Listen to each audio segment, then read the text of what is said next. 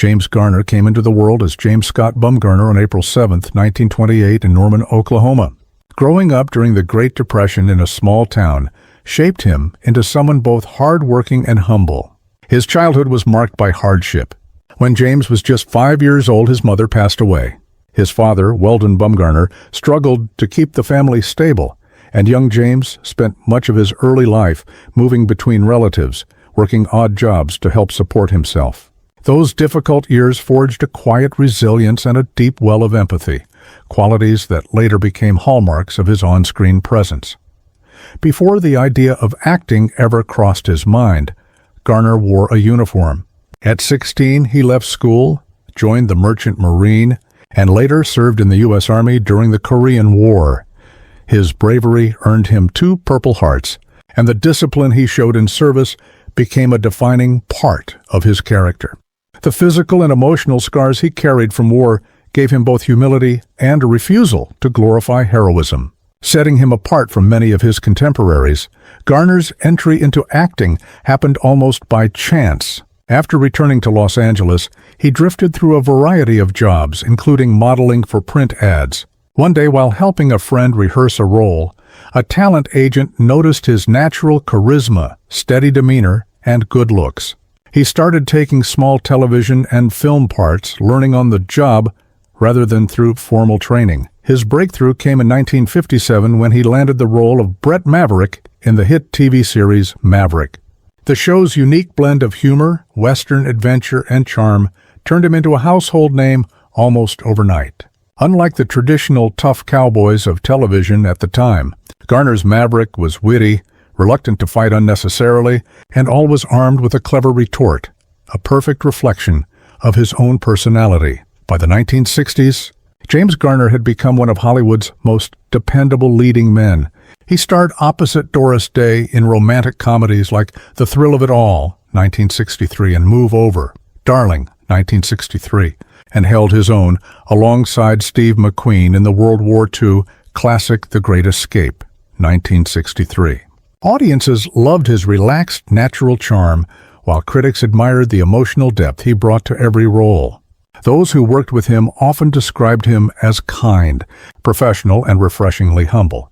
In the 1970s, Garner once again captivated television audiences with The Rockford Files, playing Jim Rockford, a private investigator who relied on wit and words rather than violence.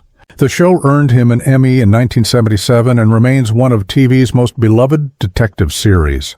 The role took a physical toll. Garner performed many of his own stunts and suffered injuries that plagued him for years.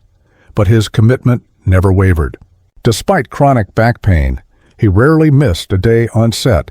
His career continued to evolve with grace.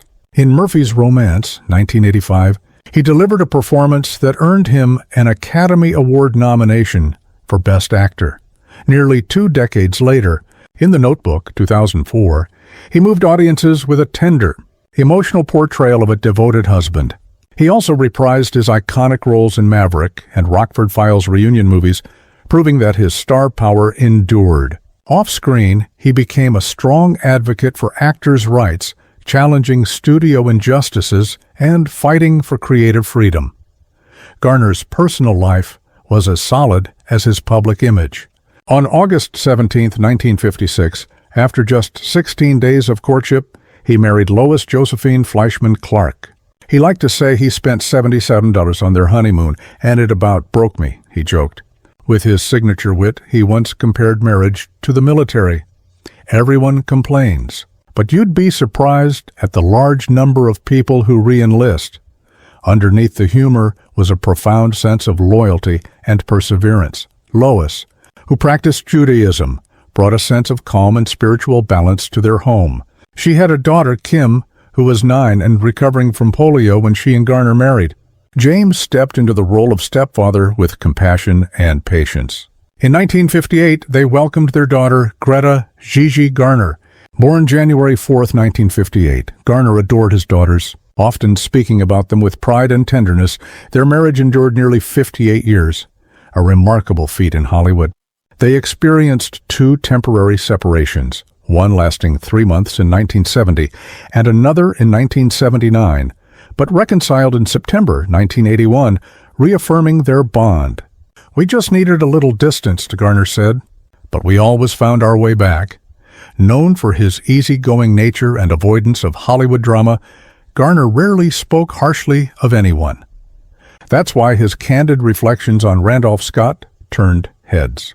"People thought they knew him because of his screen image," Garner explained, "but the real man was something else entirely." When Garner was still finding his footing, Randolph Scott was already a Hollywood legend. Garner deeply respected the way Scott carried himself, with quiet strength, poise, and a sense of identity that needed no theatrics. Scott didn't have to shout or wave his arms to own a scene. His presence did the work. To Garner, Scott represented an older version of masculinity, restrained, honorable, and steady. But he also noticed Scott's intensely private nature. He kept his private life locked away, Garner recalled. You could work with him for months and still not feel like you truly knew him. Because Scott didn't play the publicity game, rumors often filled the silence, but Garner dismissed most of them. People made up stories because he didn't give them anything real to talk about, he said. On set, Scott was the model of professionalism, always punctual, fully prepared and respectful of everyone, from stars to crew members. Garner credited this to Scott's Southern upbringing, where discipline and manners were deeply valued. Even disagreements were handled quietly and with grace. Garner believed Scott's influence went far beyond Westerns. He embodied the essence of a leading man, strong, dependable, and principled. Many actors, Garner included, consciously or not, tried to live up to that example. Scott's emotional reserve wasn't a flaw to Garner. It was part of his authenticity. He didn't pretend to be open just to make people like him, Garner said.